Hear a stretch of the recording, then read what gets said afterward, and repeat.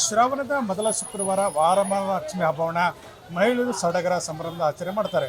ವನಚರಗಿರಿ ಹುಬ್ಬಳ್ಳಿಯಲ್ಲಿ ಉತ್ಸಾಹದಿಂದ ಮಹಿಳೆಯರು ನಾವು ನೋಡ್ತಾ ಇರ್ಬೋದು ಮಾರುಕಟ್ಟೆಯಲ್ಲಿ ಯಾವ ರೀತಿಯಾಗಿ ವರಮಹಾಲಕ್ಷ್ಮಿ ಹಬ್ಬಕ್ಕೆ ತಯಾರಿ ಮಾಡ್ಕೊತಿದ್ದಾರೆ. ಹಣ್ಣು ಹಂಪಲವನ್ನು ಖರೀದಿಯನ್ನು ಮತ್ತು ಪೂಜೆಗೆ ಬೇಕಾದ ಅಗತ್ಯವಾದ ಸಾಮಗ್ರಿಯನ್ನು ಖರೀದಿ ಮಾಡ್ತಿದ್ದಾರೆ.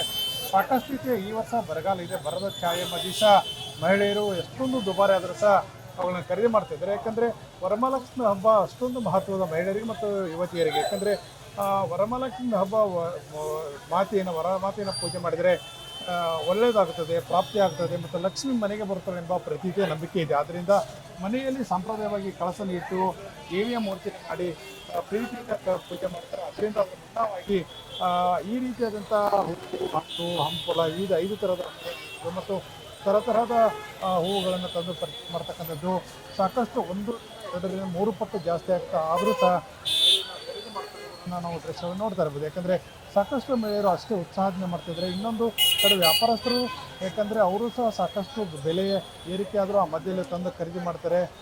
ಇಷ್ಟೊಂದು ಬೆಲೆ ಏರಿಕೆ ಮಧ್ಯೆಯೂ ಸಹ ವರಮಹಾಲಕ್ಷ್ಮಿ ಹಬ್ಬನ ಮಾಡಲಿಕ್ಕೆ ವ್ಯವಸ್ಥೆ ಮಾಡ್ಕೊಳ್ಳೋದು ಖಂಡಿತವಾಗೂ ಒಂದು ರೀತಿಯ ಇಷ್ಟೊಂದು ಸಾಕಷ್ಟು ಬೆಲೆ ಏರಿಕೆ ಮಧ್ಯೆ ಹಬ್ಬವನ್ನು ಆಚರಣೆ ಮಾಡಿ ನೋಡಿದರೆ ಅವರ ಉತ್ಸಾಹ ಕುಂದಿಲ್ಲ ಅಂತ ಹೇಳ್ಬೋದು.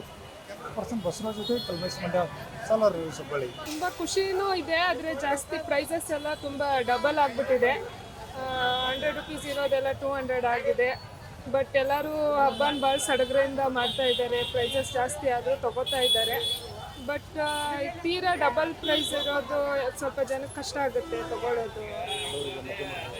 ಸಾರಿ, ಬಡವರಿಗೆ ಮಧ್ಯಮದವ್ರಿಗೆ ಸಡಗರದಿಂದ ಮಾಡೋಕ್ಕೆ ಕಷ್ಟ ಆಗುತ್ತೆ. ಒಂದು ಪ್ರೈಸ್ ಅಂತ ಒಂದು ಇಷ್ಟಕ್ಕೆ ಅಂತ ಒಂದು ಸೆಟ್ ಮಾಡಿದ್ರೆ ಎಲ್ಲರಿಗೂ ಖರೀದಿಸೋಕ್ಕೆ ಈಸಿ ಆಗುತ್ತೆ ಅಂತ.